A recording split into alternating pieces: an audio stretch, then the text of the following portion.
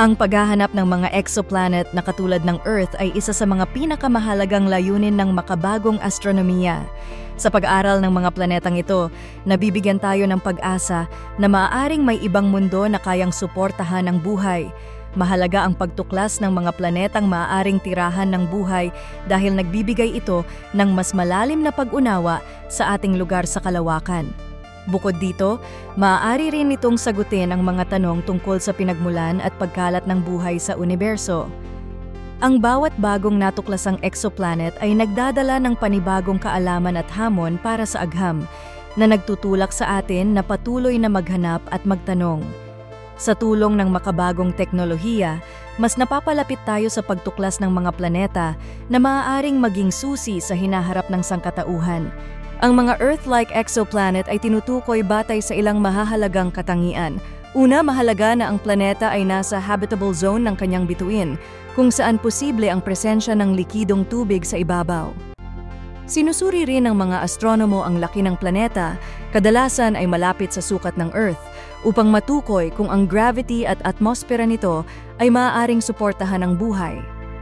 Bukod dito, tinitingnan ang komposisyon ng planeta gaya ng pagkakaroon ng water vapor, carbon dioxide at iba pang elemento na mahalaga sa buhay. Sa pamamagitan ng teleskopyo at pagsusuri ng liwanag mula sa mga bituin, natutukoy ng mga eksperto ang mga katangiang ito. Ang mga datos na ito ay nagbibigay ng ideya kung gaano kalaki ang posibilidad na ang isang exoplanet ay maaaring maging tirahan ng buhay at patuloy ang pananaliksik upang mas mapalalim pa ang ating pag-unawa sa mga planeta sa labas ng ating solar system. Ang Kepler 452b ay kilala bilang Earth's cousin dahil sa mga katangiang halos kapareho ng ating planeta. Mas malaki ito ng 60% kaysa sa Earth at umiikot sa isang bituin na kahawig ng ating araw, ngunit mas matanda. Matatagpuan ang Kepler 452b sa tinatawag na habitable zone, kung saan posible ang pag-iral ng likidong tubig sa ibabaw. Dahil dito, itinuturing itong pangunahing target ng mga siyentipiko para sa pag-aaral ng potensyal na buhay sa labas ng ating mundo. Ang mga natuklasan tungkol sa Kepler 452b ay nagbibigay ng pag-asa na maaaring may ibang planeta na may kakayahang sumuporta sa buhay. Patuloy ang pananaliksik upang mas maunawaan ang mga kondisyon dito at kung paano ito maihahambing sa Earth. Ang Kepler 1649c ay isa sa mga pinakakilalang exoplanet na natuklasan ng mga astronomo dahil sa malapit nitong pagkakatulad sa Earth. Matapos ang masusing pagsusuri ng datos mula sa Kepler Space Telescope, napag-alaman na ang planetang ito ay halos kasing laki ng ating mundo, na may sukat na 1.06 beses na mas malaki kaysa sa Earth. Bukod dito, ang Kepler 1649c ay umiikot sa habitable zone ng kanyang bituin, isang lugar kung saan posibleng may likidong tubig sa ibabaw ng planeta.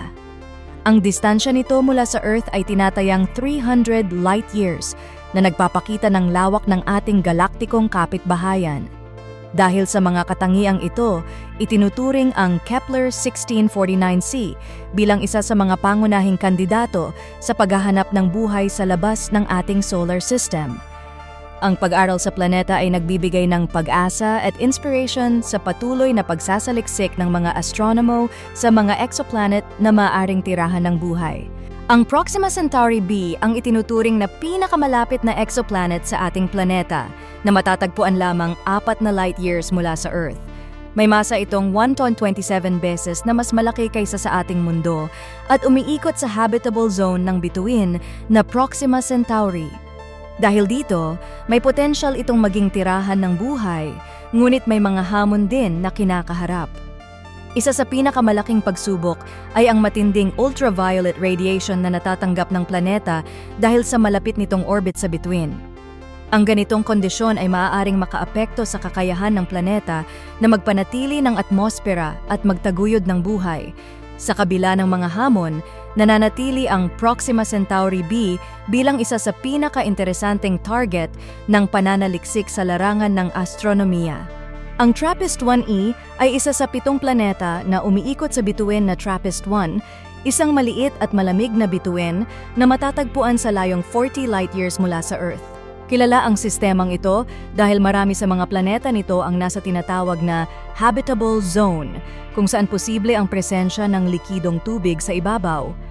Particular na kapansin-pansin ang TRAPPIST-1e dahil halos kasing laki ito ng Earth at may mga kondisyon na maaring magtulak sa pagkakaroon ng tubig.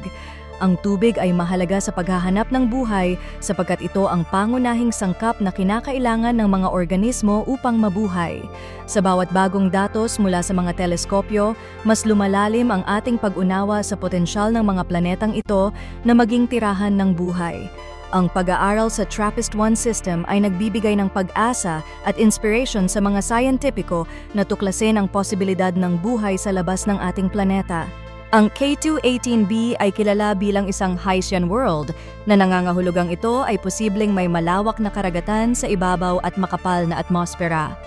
Kamakailan, natuklasan ng James Webb Space Telescope ang presensya ng water vapor at carbon dioxide sa atmosfera ng planetang ito.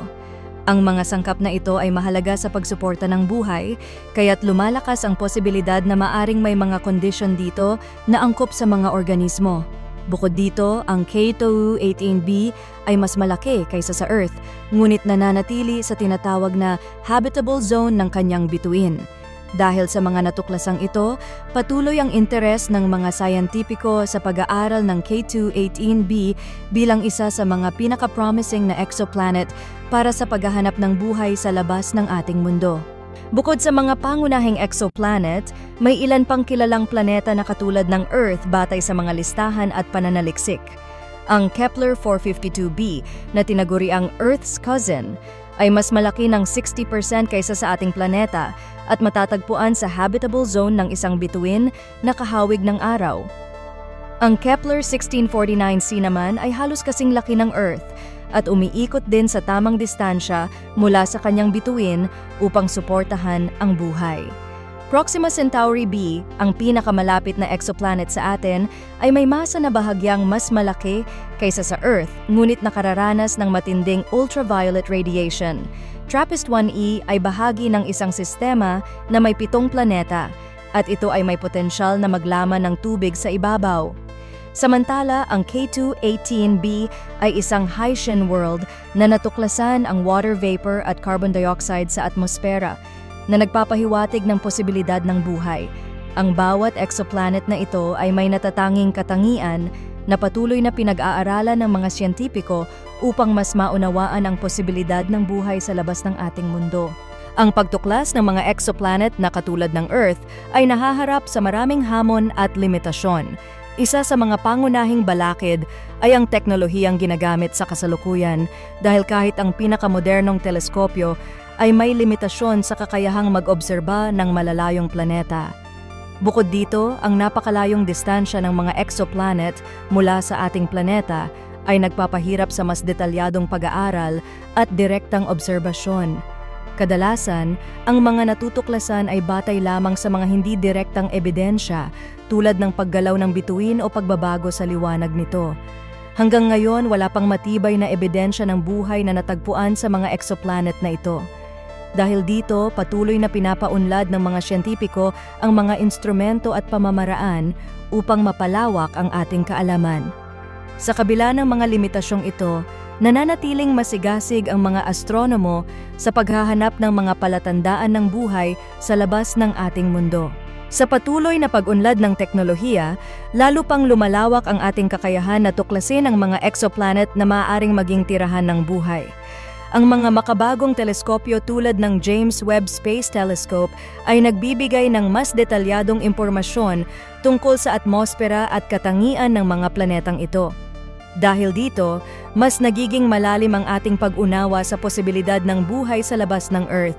Bagaman nananatiling hamon ang aktwal na pagtuklas ng buhay, ang bawat bagong datos ay nagdadala ng pag-asa at inspirasyon sa mga siyentipiko. Ang hinaharap ng pananaliksik sa exoplanets ay puno ng posibilidad at patuloy nating tinatanong kung tayo nga ba ay nag-iisa sa kalawakan. Sa bawat misyon at pagtuklas, mas lumalapit tayo sa pagsagot sa mga tanong na matagal nang bumabalot sa sangkatauhan.